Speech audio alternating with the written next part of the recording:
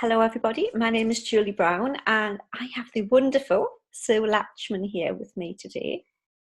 I've been reading some of the posts that Sue's put up recently, and to be honest, I was pretty much blown away with the openness, with the honesty, with the essence and energy that came through those posts. So I reached out, contacted Sue, and I said, would you be willing to have a discussion around parenting your children, things that you rub up against, anything that you think would be useful to share with other parents who, maybe we all have dips and raises in the road. So maybe just you can hear something from Sue sharing that would be useful and helpful. Thank you, Sue. Thank you so much for your time. I know you're quite busy. Yeah, I'm juggling between seeing psychiatrists, all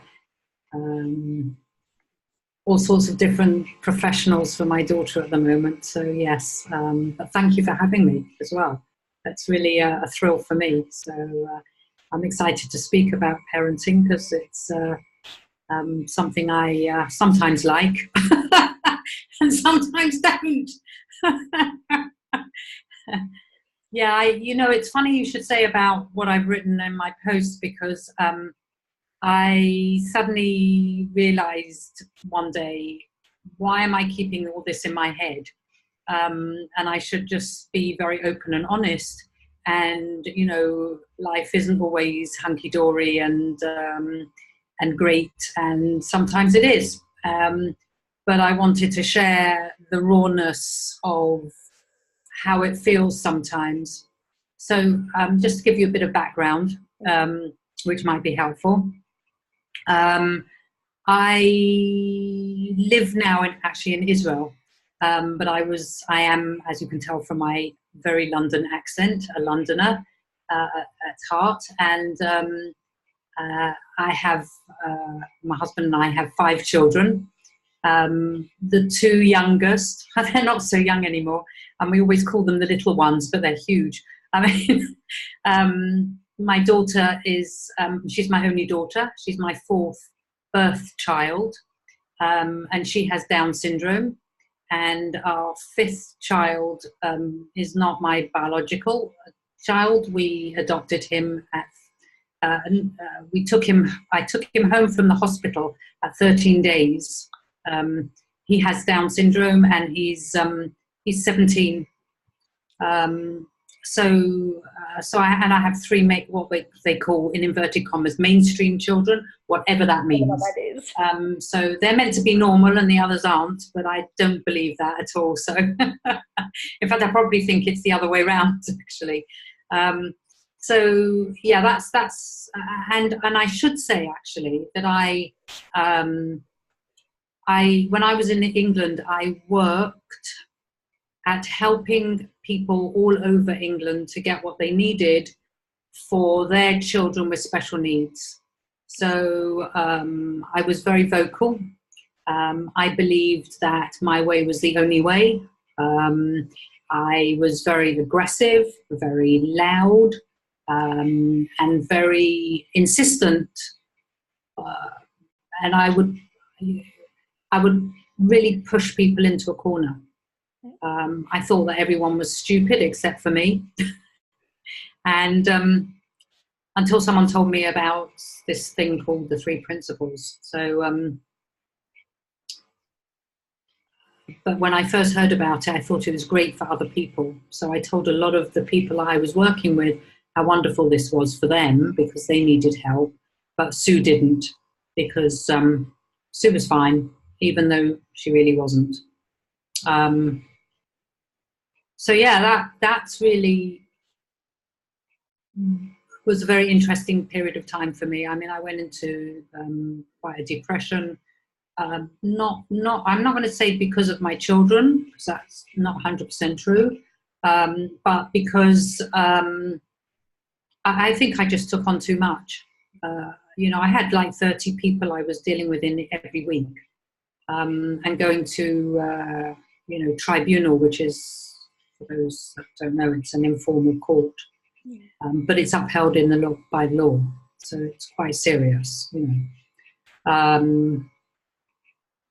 So yeah, and I thought that, you know, I needed to be right. I needed to do well. I put a lot of pressure on myself, and a lot of things were pressured because of time limits. You know, there was boundaries of times and things like that. So, but I never thought I needed anything. I thought I was fine. You had it all in hand. Yeah, so I thought. Anyway, so I don't know. I mean, I have some. First of all, I have an interesting story about one of my sons, because he was at the time a teenager. We all know about teenagers, don't we? And he was very angry at one stage. He was, I guess, rebelling like most children. I did the same at some stage. And he was very angry, and I was not willing, once I had some understanding of the three principles, I was not willing to go down a route of shouting anymore, or being aggressive, or needing to be right, or needing to be heard. And in fact, we reversed that, and we wanted to just listen to him. So one night, though, he came.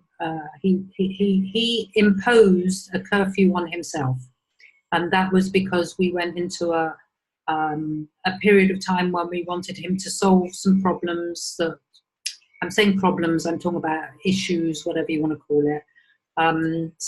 Things that came up that we felt needed to be addressed. That's probably the best way of describing it. And he, one of them was coming home coming home at a certain time, so that we felt comfortable that he was in the house and, you know, fairly safe, I guess. So he imposed a curfew on himself of, I think it was 12 or 12:30, whatever it was. And that particular evening, he wasn't home by that time. My husband still works in England. So he'd just come back to Israel from England, very tired, Thursday night. And our son wasn't home, and we didn't know what to do. So first of all, I started to send a message to him, WhatsApp him or whatever, text him, I can't remember what it was. And then I tried to phone him, but he wasn't taking anything. He wasn't responding, put it that way. So I suggested my husband maybe contact him. And I have to admit that initially I was getting really very worried about it, and I could feel this sort of horrible feeling inside of my stomach was churning a bit, and I started to get quite anxious. Well, where is he? Maybe he's not answering because something's happened to him. And I was starting to make up a whole bunch of stories, basically. Anyway, he did eventually answer, but it was quite aggressive. And, the thing is, honestly, that on WhatsApp, you can write something and it can look aggressive, or, it may not be at all, but it can look like that. So it came back like, why are you treating me like a child? Yeah. And, I'm old enough, leave me alone. I have to explain that our weekends in Israel are Thursday night, Friday, Saturday, because our Sabbath is Friday night, Saturday.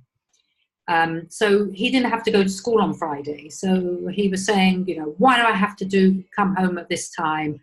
And, my response was, that's what you imposed on yourself. You said that's the time you wanted to be home. Anyway, in the end, we sort of realized that this wasn't helpful for us or for him. And we just said to him, look, we just need to know. I mean, it was 1 o'clock in the morning by then. And we just said, well, we need to know, are you going to come home? Should we leave the door unlocked? Should we lock up? Are you going to stay with a friend? And he said, I'm coming home. And then like 5 minutes later, he said, I'm not coming home. I'm staying with a friend, but stay on the phone.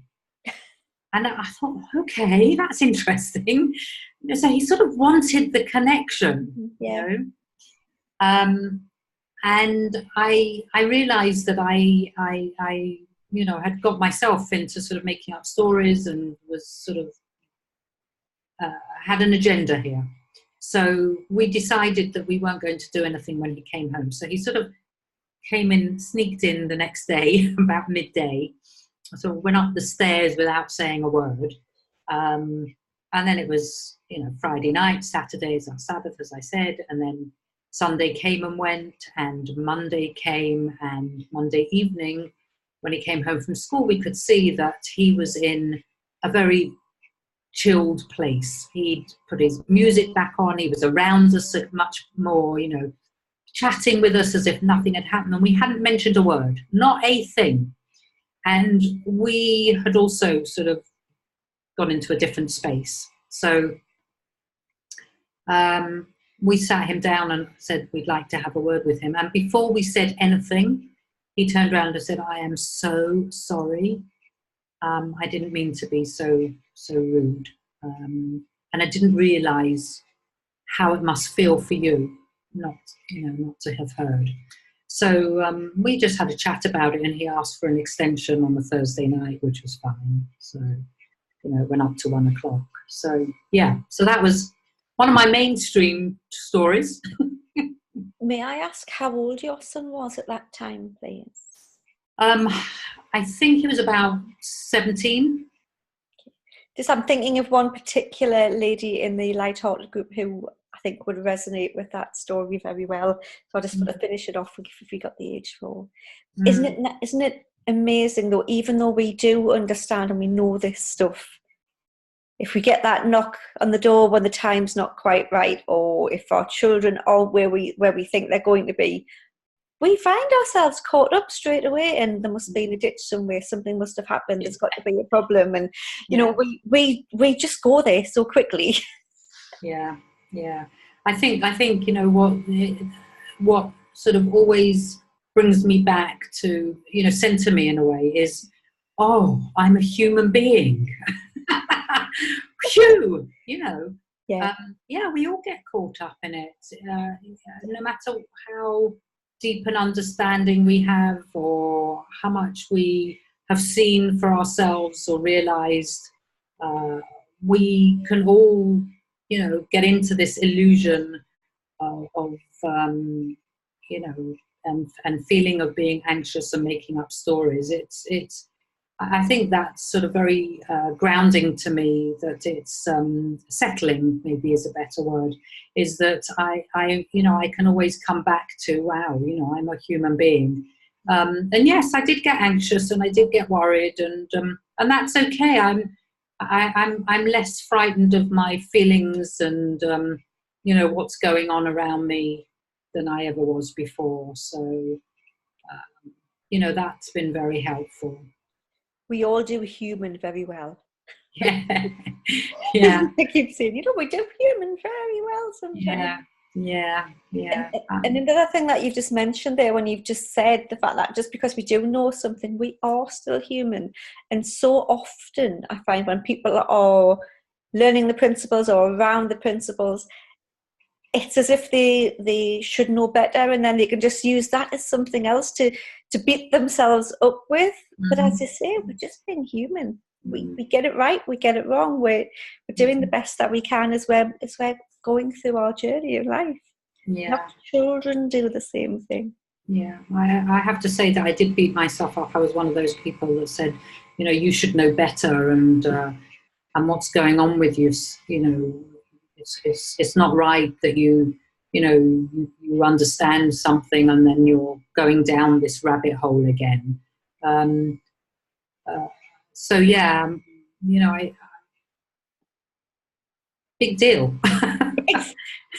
Give yourself big deal. Yeah, give yourself be gentle with yourself.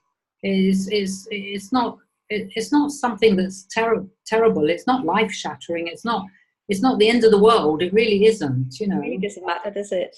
No, no. But I have found that, not answering, not wanting to get my point across, and always listening to what my son says. We have a really nice relationship because of it. And I feel that the respect is on both sides.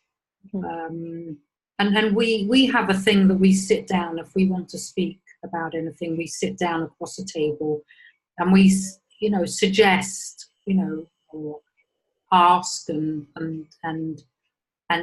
listen without interrupting. And I find listening is very, very important, which I suddenly realized yesterday is something that I need to do with my special needs children.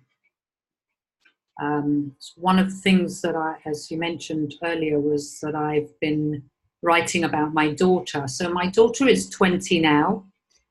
She actually lives in an apartment with 4 other girls, and they have a house mother, and they have other helpers that come sleep overnight. I mean, she's not left on her own at all.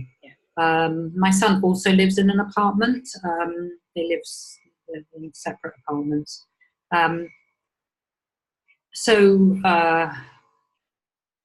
Not sure why, but suddenly her behaviour has become, I would say, very, very, very challenging. Not with me. She's great with me. She's great when she comes home. But certainly in the apartment, something's, we're not quite sure what's going on. And it was yesterday actually that, that I sort of stepped back and I thought, wow, maybe I can't listen to her as such because she can't communicate. My daughter has very, whatever's been in the book about Downs, she's had it. So she has hearing aids, glasses, she's had lots of operations, she's been on life support machine, all that sort of thing, and got through it all amazingly.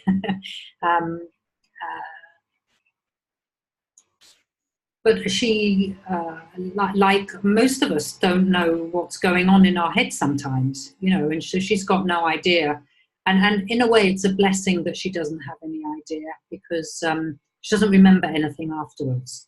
But she's become quite violent sometimes. She throws things, she kicks people, then she hits people, and afterwards she just says, "No, I don't know." She just doesn't know what are you talking about? So, but her communication is very poor. So no, that's not fair. Her speech is very poor. She's very good at communicating, but but she's unable to express her feelings or what's actually happening to her. She doesn't know.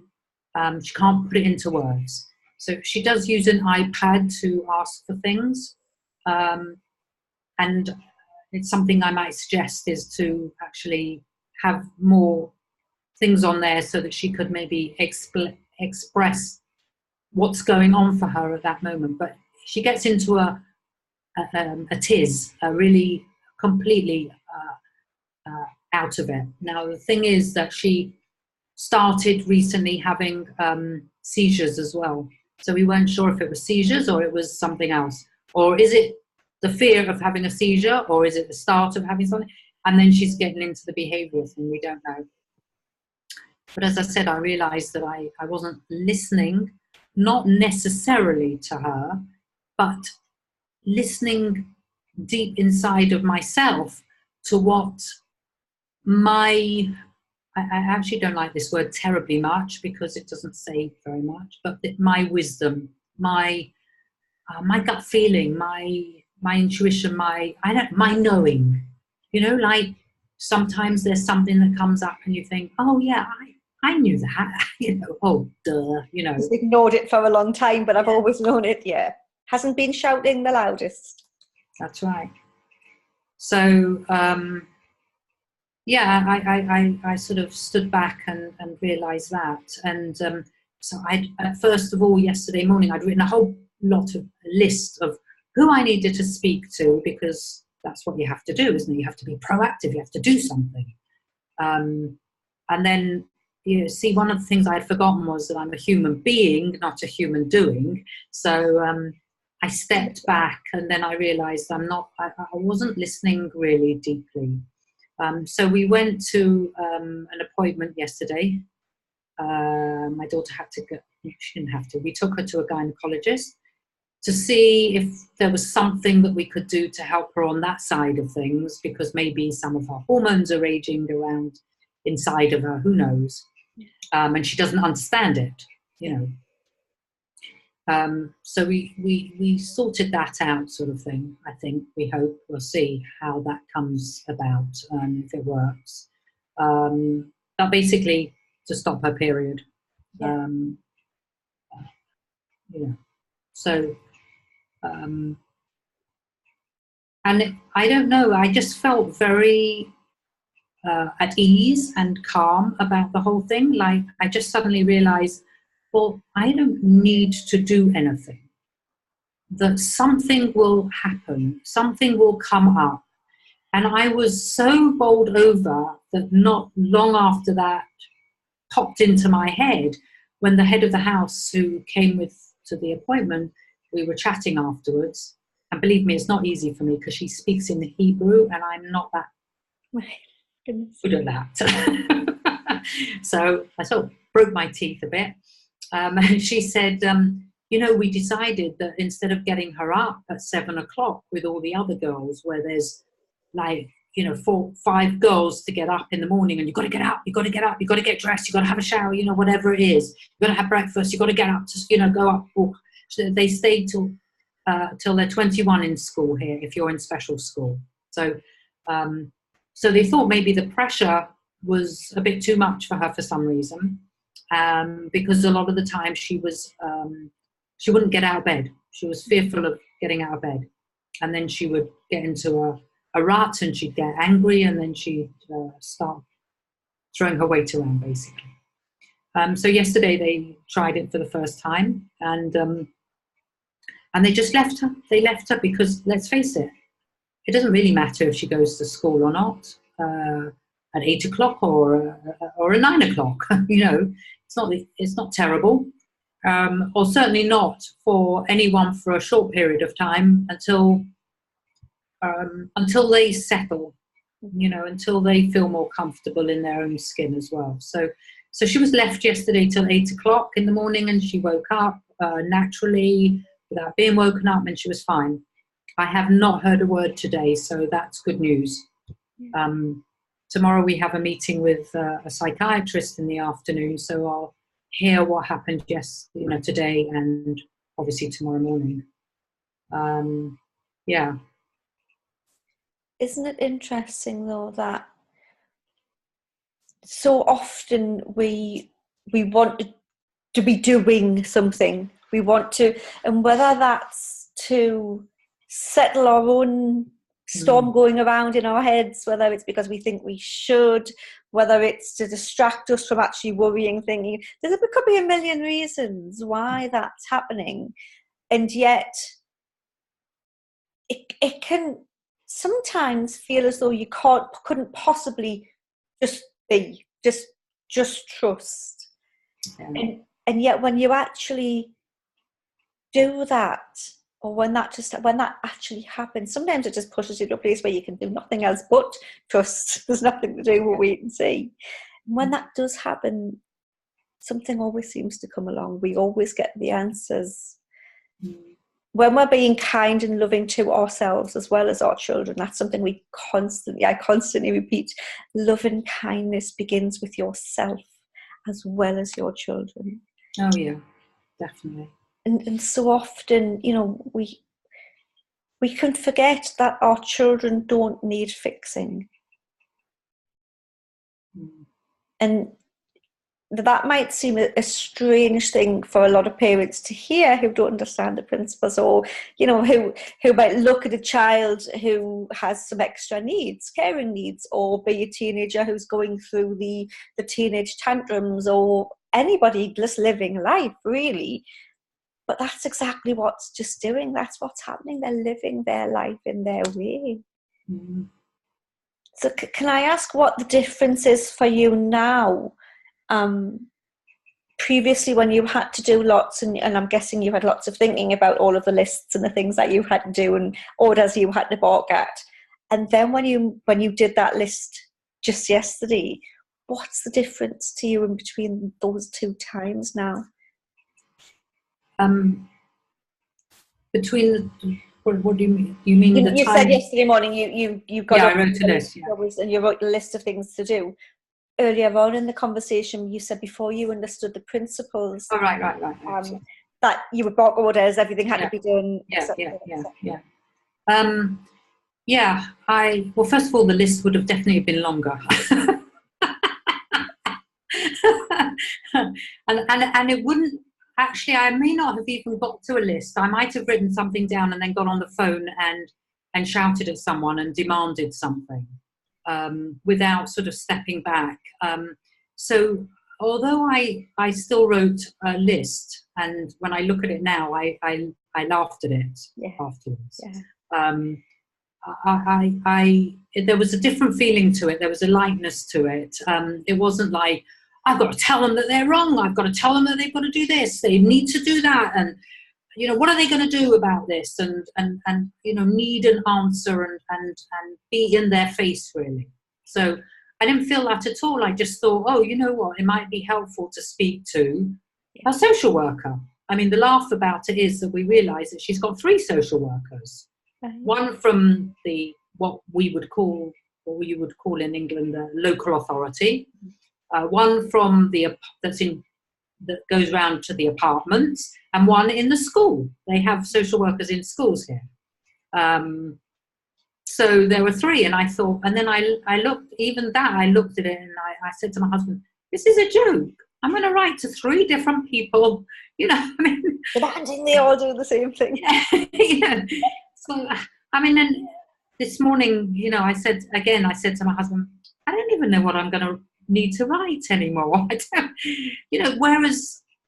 don't, I think what I'm trying to say is there's no urgency to it. There was an urgency before I understood the principles, that I had to have an answer, that, as you said, I have to fix something, that something's not right here. And it's not me, and it's not my daughter. There's something else that needs fixing here. And I didn't have any compassion for myself. I didn't go easy on myself, because I thought, well, I've got to do that, because I've got to represent my child. She can't speak. She has no voice. I mean, that was my big thing, helping people. The kids don't have the voice, and neither do the parents, because they're tired out of their minds. And I'm the big, strong one. I can do it, So, less urgency for sure. And I felt, writing that list yesterday, even though I've laughed at it afterwards, I did it with just, let's just see what comes out. Let's see what I write down.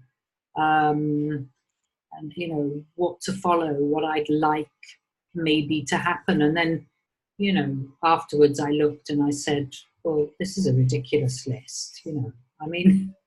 I don't need to do any of this. It feels to me as though initially you would have had your storm brewing, so to speak, and you would have pulled everybody else into your storm. Yeah. Because they had to, not only did they have to do something, they had to be seen to be doing something. So you would have pulled them all into your whirlwind. And whereas the list yesterday was just more a case of gathering ideas and looking at and just like you say, a totally different feel about it. And we get so much more done, or not, if it doesn't need to be done even. So what advice could you give to, or what's coming to you for a mum that maybe has had a child with different needs, who has been through all the authorities, been through all of the different, the circus of hoops that you have sometimes feel like you have to jump through, and still doesn't feel as though she's being heard, because I do have a lady that I know has felt like that in the past. I'm not sure if she still does, but I know a lady who has. So what you've obviously you've got two hats. You've got the hat of when you were the campaigner for all of the mums and the children, and as well as having, you've got three hats, as well as having the mum hat, and now the karma hat, so to speak. So apart from trusting, apart from what could you speak to that? How would you? Yeah, I think it's very difficult, isn't it, to tell people trust your gut feeling, because I mean, I had a conversation with myself yesterday, and something came into my head, and I said, oh yeah, that's what I need to do, and then I looked at it and I thought, oh, hang on a minute, that's my head speaking, not, so that can be, I don't know. I think at one stage I probably wanted to smack someone that said to me, listen to your gut feeling or your intuition, because I wasn't even sure what that was particularly. But that was just me. I mean, some people are very, tuned into that and know the difference and understand it. Honestly, whatever. First of all, if you think that you're not being heard, it's possibly that we're not listening deep enough. And we're not listening to ourselves deeply enough, and we're not listening to other people deeply enough. I know that sounds crazy as well. Oh dear, yeah. I just know that, and I'm talking about, I know that when I stop, I'm going to say something that may be what I would say, not against the three principles, but I'm going to suggest, go for a break, go and have a coffee with a friend, get out of that, whatever you're on, the roller coaster or whatever it is that you're on, let it settle.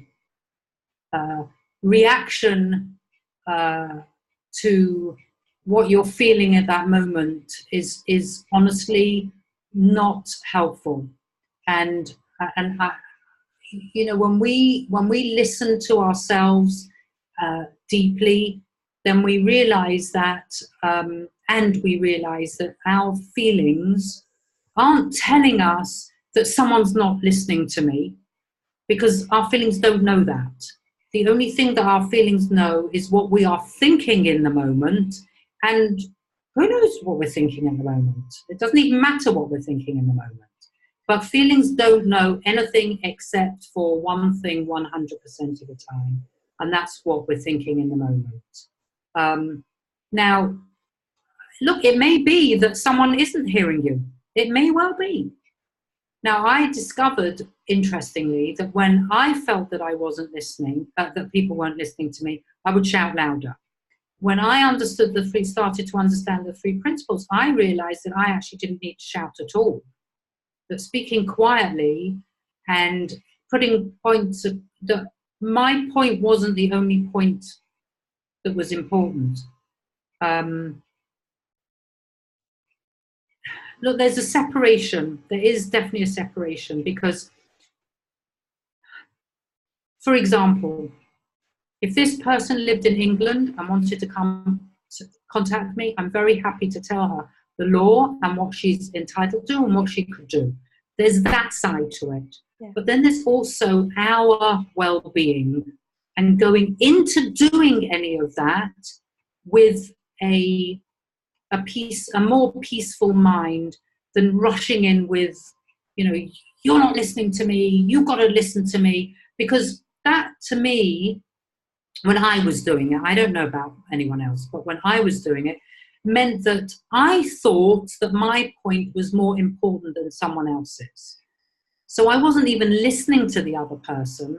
I wasn't interested in listening to them. But if I'd have maybe listened to them, and I mean, deep listening to them with no agenda, and as we say, nothing on our mind, although we know we always have some thoughts going through.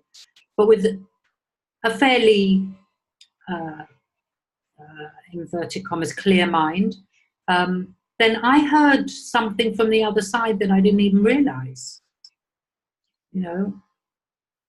So, yeah, I don't know if that's helpful or not. But it is. It's reiterated something that I quite often say, and you'd already said when you told us the story about your son. Even though you didn't say it in words, I picked up that we always speak. There's never any point trying to speak to somebody when they've got lots going on in their head. So if you tried to speak to your son the same night he came home or the next day while he was expecting to be at, you wouldn't have been heard. You wouldn't have been listening.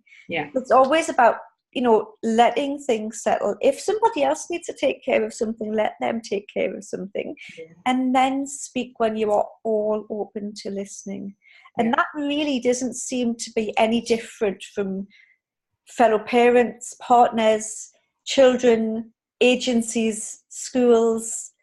Everybody has, and it can be quite difficult perhaps when you're passionate, when you're worried, when you're concerned, when you've built a big storm up that you need to do something for your child and there's so much going on. Mm. It can be quite difficult just to let that settle.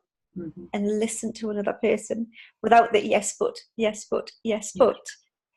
And yet, when you can do that, as we know when we speak to our children, if we choose our times, if we monitor and listen to ourselves and the signs, as you say, the intuition, the wisdom, the knowledge of knowing we've got the perfect guidance system. That's all our feelings are, isn't it? So we can tell whether we're still a little bit churned up and we probably would be quick to ignite, or whether pretty calm and we're in the right place to discuss. And I think for me, no matter who you are, parent, child, agency, actually trusting yourself can be one of the hardest things to do. And as well as just trusting that your child doesn't need fixed, that all of the things you want to do you can still do, but you don't need to do them right now. And I think just for our own sanity, peace of mind, stress levels, not jumping into the foray of madness, and actually just letting that go on in the background and just making a phone call or writing a letter or having a conversation when everybody's, all the energy's been taken out of that big mess. That's when the conversations flow. That's when the connection flows. That's when people listen to each other. And you've just basically today given us a few different examples of that. Yeah, I love what you said. And it just sort of popped up in my head when you were talking that I remember people from the local authority saying to me, but we don't have the money. We don't have the money. And I'd think, I don't really care if you have the money. It's my right to have this for this child, or, for my child, or it's whatever, you give me that. You go back and you tell them that you've got to do it. And it wasn't until I had some understanding of the 3 principles that I realized, oh gosh, he's the 4th one down. He's not even the boss man who's making those decisions. And this poor guy has got to come to me and say, we haven't got the money. And I'm having a go at him, and really, really not listening to anything he said. So my whole approach was different afterwards, because I understand you don't have the money. That's true. That is true. So how can we then work this out, and then when they were brought in to we can help to problem solve this, and not be so insistent on he's, because my view was that there is only one answer. There was only one way to go. You have to put it on a statement of special educational needs, whatever, and so it's legal and binding. And if you don't do that, then, but there may be other ways. There may be other ways. We don't know what they are at the time. The mummy monster can settle down. Yeah. And let the mummy come back out. So the mummy monster can just come so quickly, can't it? And just gonna bite your head off if I don't get what I need. Yeah. And yet, as you say, there's often more than one way. Yeah. Thank you. Thankfully. Goodness gracious. Isn't it, are we so lucky that we do know that we're okay? All our children are okay, that we have, for all we have our transient feelings and worries, on some level we always know that they're okay. Well, I just, again, something that came to mind just now. I don't know if you realise, or know, I've been watching my posts, but from a while ago, but for the last year and a half, since June 2017, I was diagnosed with breast cancer. So I was writing a lot about that. It's really funny in a way, in that everything seems to have been ordered. It's like, I clearly couldn't deal with some things at certain times. Chemotherapy really sort of strapped me really to a chair, and my physical ability was very low to do very much. I don't think I've ever been so calm in all my life. I slowed down so completely. It was incredible. Mentally, physically, I was in a lot of pain. The chemo really took its toll on me.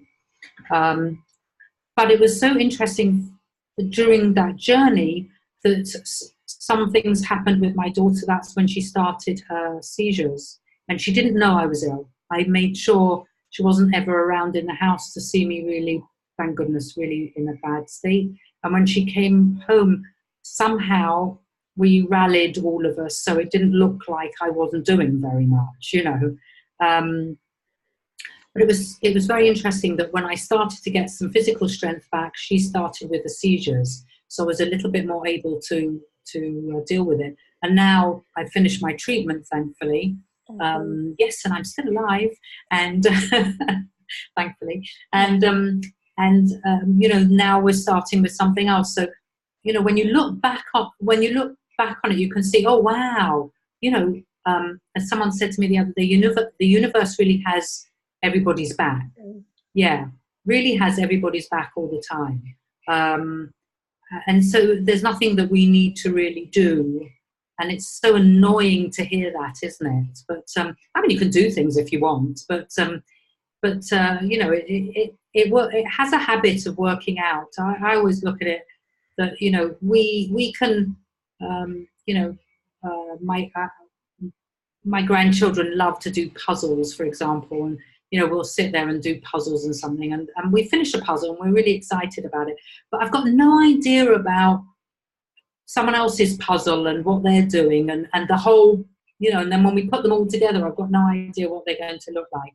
And I'm very grateful that there's an intelligence, a source of whatever. I mean, God, whatever you want to call it, Chi Cha, whatever, that is out there, dealing with everything. And the minute I was able to fully understand that, you can really leave things alone, and they do work out. I know I'm not saying it's going to work out the way you expect it to or that you want it to, but it does work out, and sometimes in the most strangest ways. So I think that's going to be so useful for lots of people to hear. Because we do, and just as you said, when you started talking about the 3 principles and how it was great for other people, it's great for them. Oh, this is going to help you really well. Yep, you need to know this is going to be. I'm okay. I don't need. It doesn't. I'm the exception. And I was. we all feel like either we are the exception or a certain part of our life, and often it's our children is the exception. Yeah. And there really are no exceptions. Yeah. It's funny, isn't it, that certain things, I think, push our buttons more than others. My husband's very good at that. They seem to be. You would think they would have learned by now. Yeah, exactly. I mean, it's about time, isn't it? I keep telling you. I'm sure he'd say the same, and I'm sure mine would as well. Yeah, and children. I think because we believe that we're meant to do something. Something. It reminds me of a friend of mine recently. I mean, she has a child that is a child. She has her child who's 40. He's 40 years old, okay? And she said, well, I've got to show sympathy, haven't I? Because that's what you do as a mother. I said, oh, really? She said, yes, I've got to tell him what to do, how to do that, because if I don't tell him, he doesn't know. And I thought, okay, really?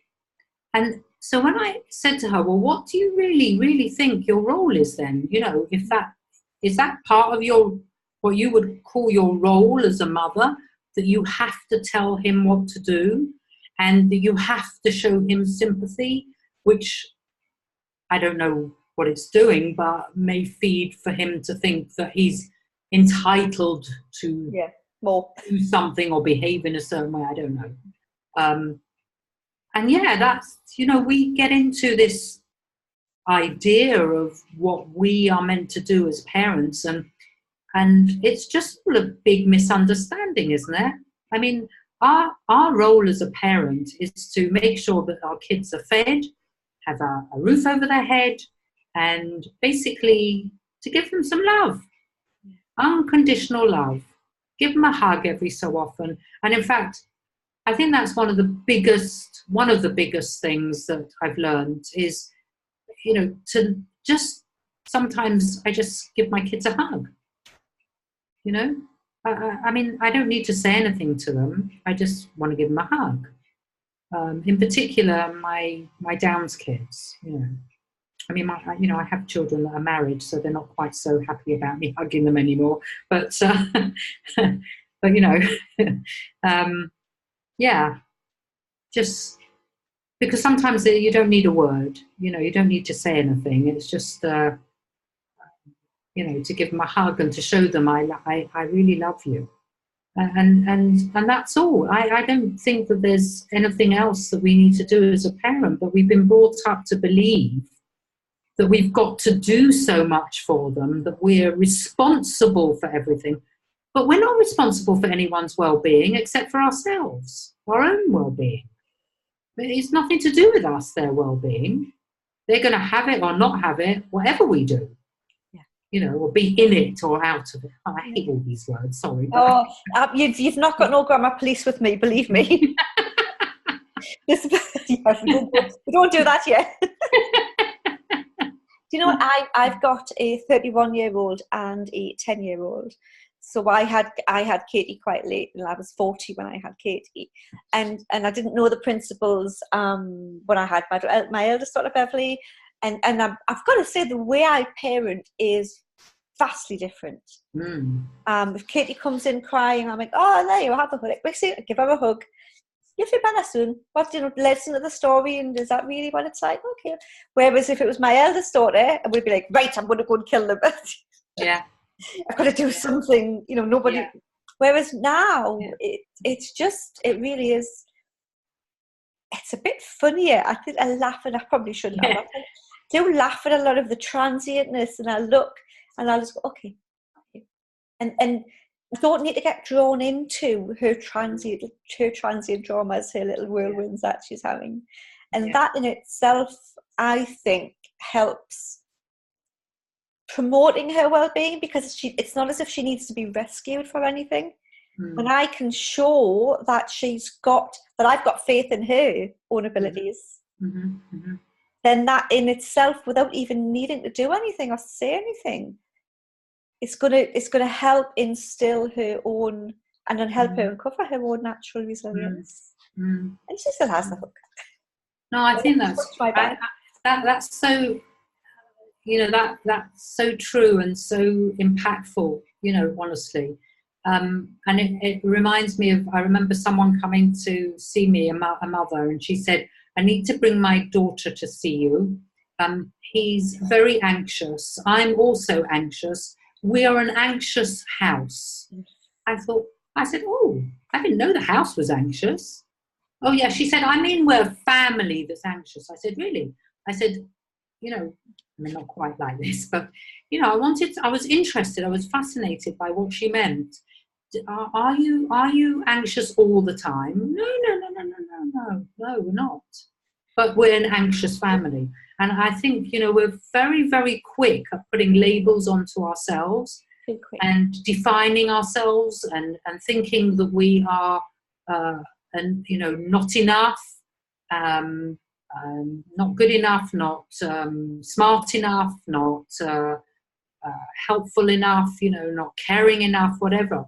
And that's simply just not true. We just don't need to honestly do anything. We just need to, it's more helpful really to sit back and just watch and observe and to know that no matter what, our children do have well-being, and I'd be perfectly honest with you, I haven't always seen it with my special needs children. I have not. I haven't seen it with any of my children, actually. Why am I separating them? I haven't seen it with any of them.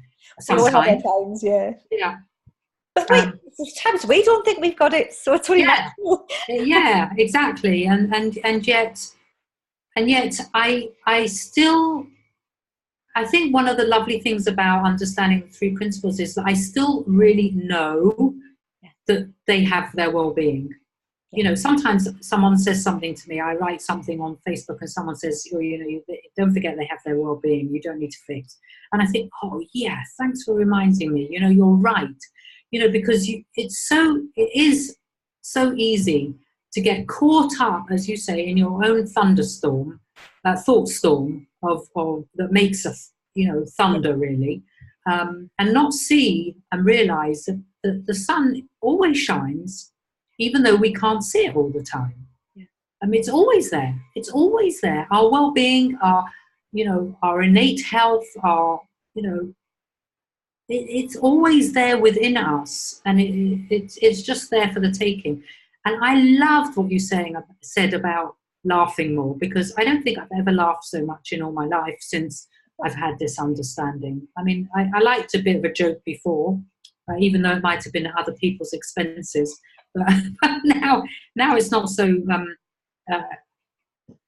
It's a different type of laughter. It's like, I can laugh at myself. It's funny how I sit there and I wrote. I sat there yesterday and I wrote this list. I thought that was hilarious afterwards. Yeah, you can laugh at yourself. Did I just do that? And instead of picking the beating up sticks and using them just to berate yourself with, again, we're just automatically so much kinder to ourselves and humorful with ourselves. If we can look and go, wow, I really lost it with that. I was off the planet for a few minutes. And just instead of going, oh, what are people going to think of us? Oh, I shouldn't have done that. I'm going to have to apologise for it. Let it go. Yeah. We're all really good at being human. Yeah, just sort of what you just said reminded me of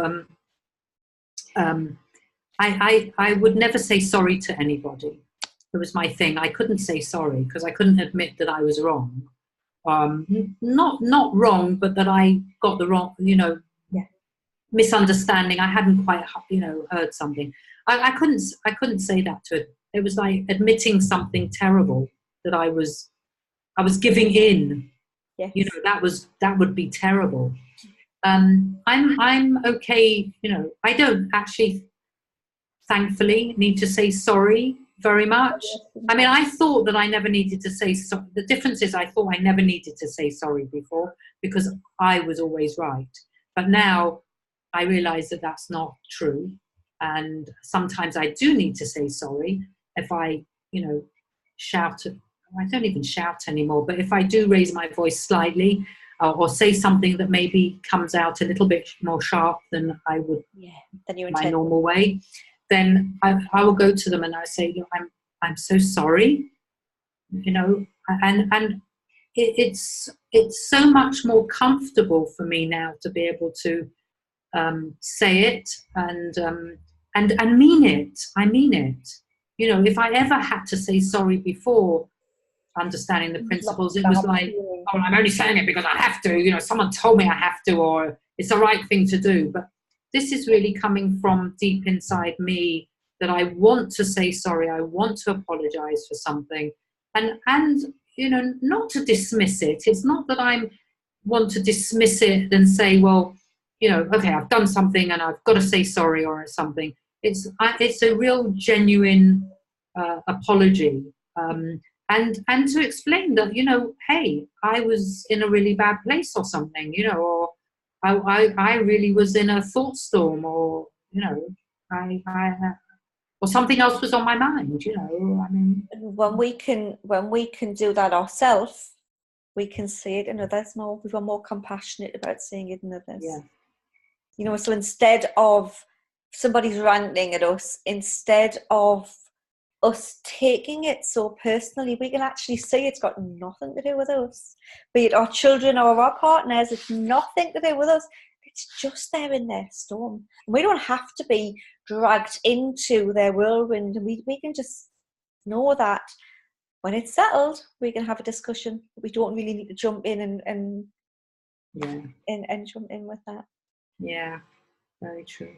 I've loved talking to you. Thank you so much. Well, thank you. It's been really fun. I've enjoyed. Thank you. I think we all need to smile more. We need to laugh more. We need to, and we are living. We've got this life. We've got this amazing body and amazing brain that can really make our existence just a kaleidoscope of experiences. Oh, I love that. That's the title of my book.